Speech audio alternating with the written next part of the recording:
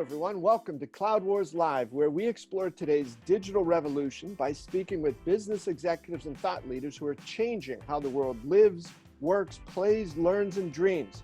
Our guest today is our monthly friend, Tony Uphoff, CEO of Thomas, which is the parent firm of ThomasNet, a data platform that connects buyers and sellers from around the world in industrial markets. It has a massive store of data on what's happening in those markets. Tony, welcome back to Cloud Wars Live. Always great to see you. Hey, Bob. Always great to be on the show. Thank you. Thank you. So everybody, Tony, as you know, is expertise here. We call him Uphoff on industry, and Tony brings to his background a mix of things from the world of media, data. He's done his own digital transformation at Thomas, and a close study with manufacturing and industrial companies all over the world. Very, very interesting perspectives here. And Tony, it looked like you had three interrelated ideas that you wanted to dig into a little bit today. Tell us, what you're thinking and how those sort of stack up. Yeah, it's interesting, Bob, and you and I have the benefit of, as I've said before, having had a ringside seat at a lot of these market transitions. And the old cliche of, it always surprises you how long it takes for them to happen, and then the speed with which they ultimately happen. And I think we're at one of those stages right now, whether you want to call this, in our part of the market, Industry 4.0, digital transformation. There's just so much vibrancy right now. There's kind of three things we see going on that we just think are really interesting. The first is the human element of the people side of this. When technology starts to go through a step change, as you well know, what starts to happen is the same titles. Could be CEO, could be Chief Technology Officer. The titles don't change, but what starts to change is how those titles manifest themselves into the work and the skill sets that we need from those types of roles. And we believe we're starting to see one of those shifts right now. We can see it in our part of the market. I believe I'm seeing it more broadly. Connected to this, a little closer to home for Thomas, is we're seeing the redefinition of what manufacturing is, where, simply put, Bob, it's the convergence of all this, astounding technology with traditional manufacturing. And as a result, I think as an industry, we're struggling a little bit to explain who we are and how we fit in. And those are interesting because those are markets and moments of opportunity. And then the last piece is really kind of a third leg to the stool, if that makes sense, of a lot of technology providers and a role within most of those companies that's been coined over the last few years is this idea of a customer success team. The idea, and we have one here at Thomas, Bob, where the goal, the objective, is that if you're a customer of ours, we work with you but mostly post-sale to help make sure that you're getting the value out of the product and service. And we think we're starting to watch, both good and bad, some redefinition of what's going on with customer success. And so those three things are kind of on our mind, and I thought might be interesting and fruitful for a discussion. Tony, absolutely. I'd be intrigued to see that, how you sort of roll that out from the CTO to manufacturing overall and customer success. And as you were describing that and sort of this new face and new meaning of what manufacturing is, I live in Pittsburgh here, and I think it was just over 100 years ago that the author H.L. Mencken referred to Pittsburgh, the industrial town, as hell with the lid torn off. And the notion today of manufacturing is so interesting and so exciting. I think I saw something on the Thomas Daily newsletter not long ago. I talked about the company that made a wire that was fine enough to help in the birth and ongoing survival of, I think it was the smallest infant ever born and survived, less than a pound. So the range of, what's happening here, it's not that idea of, giant things being shoved in one end of a manufacturing plant, beat up, heated, steamed, and shoved out the other side in some big thing. This is life-changing stuff that Thomas is in the thick of. Yeah, it's interesting, Bob. If you look at it, there's, in my opinion, and I want to be clear, that what I'm about to say is more opinion than it is based on data. I think manufacturing has been something that's been misunderstood for a couple of reasons. One is, if I was coming to your town, if I was coming to Pittsburgh and I was running for political office, and I was to say to you two things: jobs have left Pittsburgh and I can bring them back, or crime is up in Pittsburgh and I can take care of that, I'd likely get your attention. Now, most people don't actually track those statistics. So it's easy to get people's heads wrapped around this. So I think manufacturing has been used as a bit of a political football. So I think that's a bit of a piece of it, if that makes sense. I think the other aspect about it has to do with the public markets. So if you look at valuations, if I'm valued as a tech company, I have a much higher valuation than if I'm valued as a quote unquote manufacturing company. So arguably, the top 4 most valuable companies in the world all manufacture things to a greater or lesser degree, right? But yet, they're all valued and refer to themselves as tech companies. And so I think you look at Tesla, second most valuable company in the auto industry to Toyota, with what, 1/4, 1/5 the output of Toyota. Now they're valued more like a tech company. Now they're bending steel just like the other manufacturers. Now the way they go about that is they've clearly fused tech at the center of that. And I would argue redefining the auto industry. But I think it's a fascinating time in that industry, in that there's a in a $2.4 trillion market in the US alone. I think there's still, I don't know what the right word I'm looking for, Bob, but almost this schizophrenia, if not insecurity, about standing up and being the industry that we are. And I think that's a little bit of a perhaps evolutionary thing, not revolutionary, but it's a really fascinating dynamic to watch this start to play out and realize we're watching, I would argue, maybe the convergence of a couple of these industries creating this new advanced manufacturing industry that you and I are describing. Tony, you've talked before about how some of these large-scale industrial processes are doing things like improving dramatically the yield of what businesses in food processing do. There's a company in Switzerland we talked to recently called Buhler, and they have their hand in the equipment that processes a huge amount of the global food output. And one of the things that they've done is added in some AI technology that allows them, as they're going through corn production and wheat and rice, to identify with tiny little grains of food that would have a microscopic organism on it that could be helpful. And instead of having to throw out a whole, massive load of food like that, they're able to isolate individual things. They get a puff of air as it goes through the chute and it's gone. Right. This is 2020 manufacturing, right? And industrial technology. And it's going to be harder and harder to separate what is the manufacturing part of that and what is the tech part of that, or the software, the AI and the ML. What an exciting time for you guys. We covered an emerging area that it would be very similar kind of future look, Bob, around those types of issues, which is there are companies that are emulating sunflowers. And as you know from nature, a sunflower literally moves based on the angle of the sun. And it's really one of the most remarkable things in nature. There is a company that has created what they call a sunbot, and it is emulating nature. And so it's creating a solar technology that will be, for what they claim, 400% more efficient than current solar technology, because in essence, it's adapting, right, to where the blaze of the sun is or isn't. And I just think there's so many of these types of things that are happening that are really, really unique. So my kind of meta point on this is, I think it's always exciting because there's moments of opportunity and moments of crazy change in markets that are going through these redefining moments.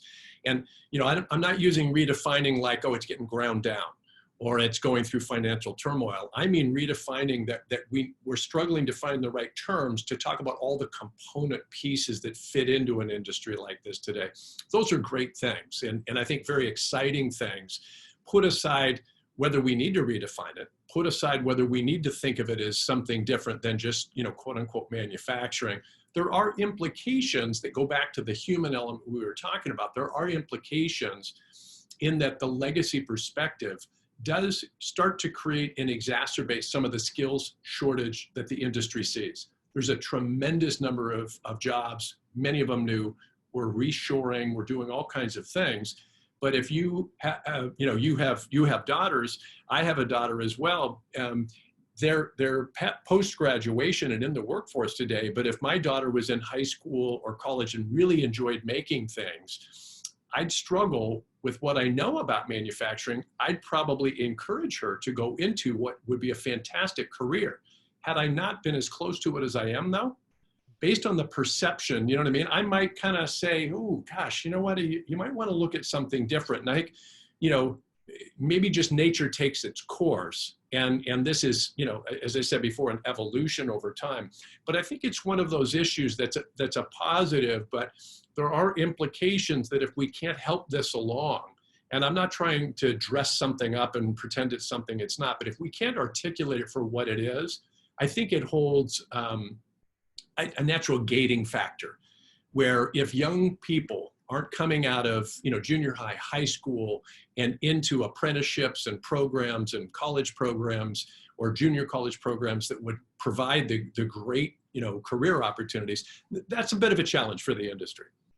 Yeah, and so Tony, inside some of these industrial and manufacturing companies, it's interesting, you believe that in some ways the sort of a focal point of a lot of this change and redefinition is coming through an executive, paradoxically, with the title Chief Technology Officer. So what's going on there? Well, you would, frankly, be one of the classic historians, if I can use that term, Bob, watching the real birth and scale of business technology as we know it today in the 21st century. I mean, you were there early in a lot of these things and chronicled that as a journalist. I believe we're seeing a similar dynamic here, where advanced technology on the shop floor, if I can use that, is not new. That's been around for many, many years, and companies, to a greater or lesser degree, continue to adopt that technology. And it's what's allowed US manufacturing, or North American manufacturing in particular, to become competitive on the global stage. So a chief operating officer or an MRO or other titles that would be primarily responsible for that type of technology, those roles aren't new. But what's starting to happen now is, with digital transformation, and perhaps the digital transformation of your supply chain, the digital transformation of your sales and marketing, what we're starting to see is the need for some of these executives to take a more holistic view, and a more holistic view of how the whole business and the whole ecosystem operates. And I think, Bob, it's similar to what you and I watched happen in business technology, where back then they called it ISIT, right? And you and I were around at the beginning, where suddenly what was happening is these people were coming out of a back office and they were starting to come into the boardroom. They were starting to talk about revenues. They were starting to talk about, efficiency, and not just from I'm going to save some money with the next set of computers we buy, but really how technology could be a game changer in terms of the business, the actual business outcome for the company. And boy, I'm encapsulating probably 25 years of drama that got to that point. We think we're seeing the same thing starting to happen now in these industrial and manufacturing marketplaces, where these chief technical roles are now, and I think it's a positive forcing function, having to take a broader business point of view. Having just an understanding of how to automate the factory floor is not enough unless you also understand how the ERP system fits into your supply chain, how to understand in real time how the supply chain is working, how to understand the implications of the data you might be capturing, how to understand, as our friend Shana Maradi says, post-digital transformation, perhaps business model transformation.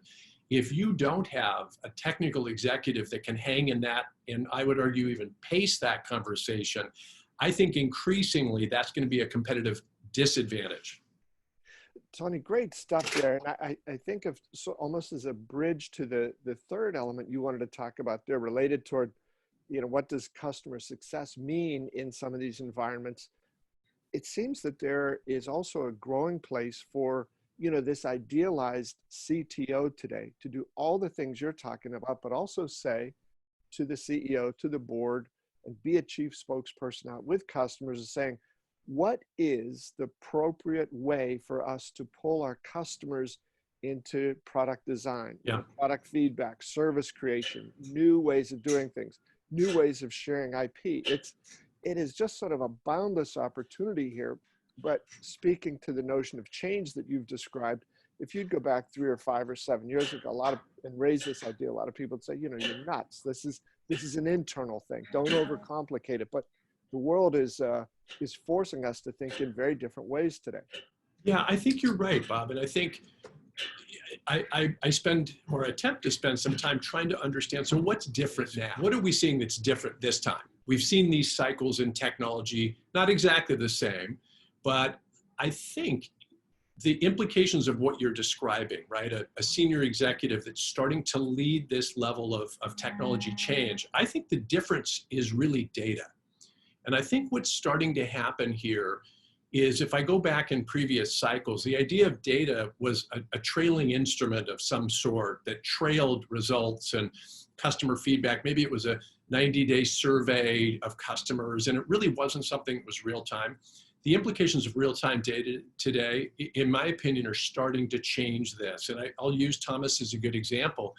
As we've built the company from a traditional print directory many years ago, went online in the mid-90s, online only in 2005, the real accelerator today is our chief technology officer, through new and more advanced technology, started to stream real-time data. So whether that was with our users, feedback from our advertising customers, and stream that real-time data, two things started to happen. We started to monitor things we'd never monitored. And, because if something's a trailing indicator, as much as a senior exec, I'd love to say, oh, I read every one of those reports. If it's 90 days after the fact, I'll be candid, and I don't think I'm that different. I'm going to read it, but, what possibly could I do 90 days after the fact? The real-time stuff, I think, is changing it. Long-winded way of saying, I think that's what's starting to change the nature of that role, because as they enable more of that data, they're all, very smart people. They're starting to see patterns in the data, and it's getting them to understand user behavior in the case of a company like Thomas, or advertising effectiveness, or new market opportunities. It was our chief technology officer that very first raised the idea to me that we should develop a business unit called Thomas Industrial Data to sell data sets into the buy-side financial institutions. And when he first brought this up to me, I'm like, yeah, all right, yeah, call me in a month. Well, you know what? He was right, because he was able to see that, frankly, much quicker than anybody else in the company. Tony, yeah, the speed at which this stuff happening, and it's everybody raising the expectations too of it, right? And so, there's tangents here that go off into culture. What happens here, the talent issues, who are going to be the industrial companies, and how do they do it in a way that goes out and really lights a fire into some young talent, people coming out of college or from other industries, people of any age, that say, I want to be in a place where I can really make a difference like this, instead of going in and a little bit to the, some of the traditional models of saying, here's your process job, go and follow these steps, clock out, and somebody will come by occasionally and compare what you did last month to what somebody else did 2 months ago. It's happening so fast, so quickly. And Tony, one thing I wanted to mention here is a few days ago, we had an episode with our mutual friend, Chris Lockhead, and he was making the point that he said in the mid-late 90s, John Doerr of Kleiner Perkins said, you know what, the internet is underhyped. He said, for all the talk about it, it's underhyped. Wow. We're not anticipating where it's headed. Chris said, I think the same thing is happening with cloud today, in its ability, whether it's in industrial markets or financial services or healthcare, anywhere, to accelerate and give small companies, entrepreneurs, the chance to do things they never did before. So I just think this boom that is about to happen here, as you unleash that brain power, the innovation, harnessing data in the ways you've just described, to have somebody like you, who I think is pretty familiar with the power of data and all that, but you first hear this from your seat here and you say, yeah, check back with me in a month. Yet there's a kernel of an idea. And how do we open up our brains in ways that say, we're not only going to be more open to this stuff, we're going to put more of our energy there. That's where our focus is going to be. Well, and I'll be honest with you, Bob, if you look at the enabling technology of cloud, to Chris's point, I think we are wildly underthinking the impact that it will over time have. So there's a couple of things happening. cheaper, faster, better is probably the first thing that hits you. And I think, frankly, had I not been in and around tech markets, it would have been harder for me to lean into this. But when I got to Thomas, they were already an Amazon Web Services customer. We become a larger customer, not their largest by any stretch, but larger for us. And, you know, as we started to do that, just the nature of being able to have access to data lakes, data streams, and advanced technology for analyzing this data at cost-effective rates and with speed was literally, to me, dazzling, Bob. And I was, you know, I know enough to be dangerous about the technology, but as I continue to explore this with our CTO, I could just see, hey, this is a game changer for us. And it democratizes, it lowers the bar of entry, and that doesn't mean anybody can go out and do this. It still costs money. I'm not trying to say that. The other thing, and it was kind of implicit in your observation too, Bob, the other thing that I've noted is that the real-time data and the ability to look at the patterns in the data, and I'll use the expression democratizing the data, people from all different types of backgrounds can now come into the discussion. Whereas before, you know, you almost had to be one of these people that, you know, uniquely could read Latin. And if you could read Latin, you could hang in the conversation. If you couldn't read Latin, oh, I'm so sorry, you can't come into the room. You know, this is very complicated. All kidding aside, what's happening now is, you know, the expression I use is the liberal arts majors are in the room now, and we can see the same stuff and act on it. And I think that's a huge boon to all types of industries. Certainly it is to a business information company like ours. I can start to see this, Bob, over time in the manufacturing industry, though, because as those companies need to learn how to communicate with customers differently, to manage digital sales and marketing, to manage their supply chain, to do new areas of innovation, not all of that's going to come from an engineer who grew up in the manufacturing industry. So I think the nature of what you and I are talking about is opening the door not only in a way of democratizing this and lowering the barrier of entry for some types of companies, it's now creating a more open framework. That's probably wrong in context here because it sounds like I'm making a statement about the technology itself, but it's providing more accessibility to the data, and it's not putting a premium on the understanding of the tools themselves. It's putting a premium on, do you see the picture inside the data and can you make something of it? Mm-hmm. Mm-hmm.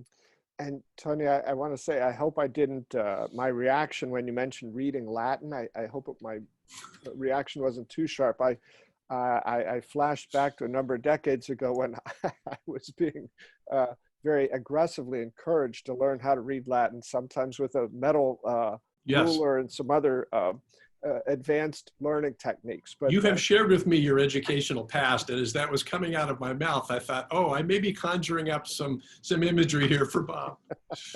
No. I think the human's brain's ability to remember certain things, to forget other things, and to change a lot of stuff, and it's really helpful. But Tony, tell me, as we wrap things up here now, ultimately, you know, you've talked about within the industry and the role of the CTO, some extraordinary stuff. But one of your other big points about customer success, and you've touched on that, where would you be advising companies in or out of the industrial sectors? What's the next nut they've got to crack in this whole area of really modern, forward-looking, data-driven customer success? Well, it's a great question, Bob, and I want to be clear, we're feeling our way here too. And so I think it's easy to be on a fantastic show like this and I'm throwing rocks. Let me be very clear, I live in a glass house too. And I think many of us are trying to understand, what does customer success really mean? If you're in the wrong hands, you get too far over your skis and you're wildly overpromising on something that's vague and you don't know what it is. I think you go to the other end of the spectrum, and we've seen some evidence of this in other parts of the marketplace, where all it really is a license to bash you about the head and face and try to upsell you after you've bought the core product and service. And boy, we've made those mistakes too. So I want to be really clear. I'm not throwing rocks here. I think as we start going forward, I think what's happening is, I go back to what you just said, is what does the data really show? And are there insights in the data that would be helpful for my customer? So I'll give you an example of what we are really trying to do as a company. We have a customer success team that primarily a little bit pre, but mostly post-sale works with customers. And if I'm really honest, it was developed many years ago when we had some technical debt in some of our internal systems, so it wasn't really very easy for customers to kind of go into the system themselves and understand, how either things were performing or changes they could make. We're moving along very quickly, and all of that technical debt has now been wrung out, thankfully. And so the capabilities and functionality, and we're just about to do another uplift with ThomasNet 5.0, will enable that experience better. So I think some of this is, in fairness, many of us put these resources in place when it was a cover-up for an ineffective user interface for the customer. I don't mean the product you couldn't use. I mean to understand what was going on with the product, maybe wasn't up to snuff. I think at the same time, I know what we're doing here is then enabling those customer success people with data about the customer so that they can really be helpful. And not in that creepy way like, hey, Bob, I see you're happening to look at section 235 of the website. Can I help you? But in a way that's an understanding of your business and understanding of your objectives of the business and your ambitions of the business, so that when we engage with customers around the data that we're seeing, it's in context of what they're trying to get accomplished. And I think for a company like ours, if not many, Bob, that's a horizon goal. I hope we're always aspiring to do better, but we can already see a positive impact from sharing all of that data with this customer success team and saying, hey, your job, it's great if a customer wants to buy more. We've got people that do that. Your job is to really make sure the customer is seeing absolute value and any support you need to help them with value of it. And oftentimes those conversations do lead to, hey, I'm looking to grow in a new market, or we're launching a new product or whatever. So I don't mean to suggest you never get into the discussion of is there another product or service, but I think if the primary mission of the customer success team is to upsell a customer, don't call them customer success. I think that's, it's false advertising, right? You can call them sales support, you can call them sales, and there's nothing wrong with that. I think it's fine to have salespeople that are, seeing what else customers need. But I know here we're really trying to get our footing around what is it that that provides success for the customer. It could be optimization of their program. It could be data that helps them explore new market potential. All those types of things we put under this rubric of customer success. My fear, and I don't know if it's appropriate fear, Bob, is that this has become one of those terms that has been damaged. A little like ease of use, or, terms we heard from years ago where people kind of roll their eyes when you say it. And so you're closer to the SaaS software, cloud-based customer success teams than I'll ever be. So you'd be a better judge of that. But I sometimes worry that broadly speaking here, as an industry, we've kind of abused this term perhaps, but I don't know that. No, Tony, I think you're right. And even in the cases where the abuse has been more passive, I think it has been, this is a customer success program we started in 2012. And to somehow believe that either the metrics or the mindset from, forget 7 years ago, 8 years ago, how about 2 or 3 years ago? Yeah. And I think one of the most interesting approaches I've seen recently is at Google Cloud, where a year ago, one of the first hires that Thomas Kurian made to his executive team was a guy from Microsoft who had been in their customer success team. He brought him over to Google Cloud, but they renamed the whole organization. This guy reports directly to Thomas. They split it. They called it customer experience. Within customer experience, there are two teams. One is customer success. The other is customer support, working very closely and in tandem. So even there, Tony, we see the whole customer success thing, at least what Google Cloud's trying to say, is it time for the next iteration?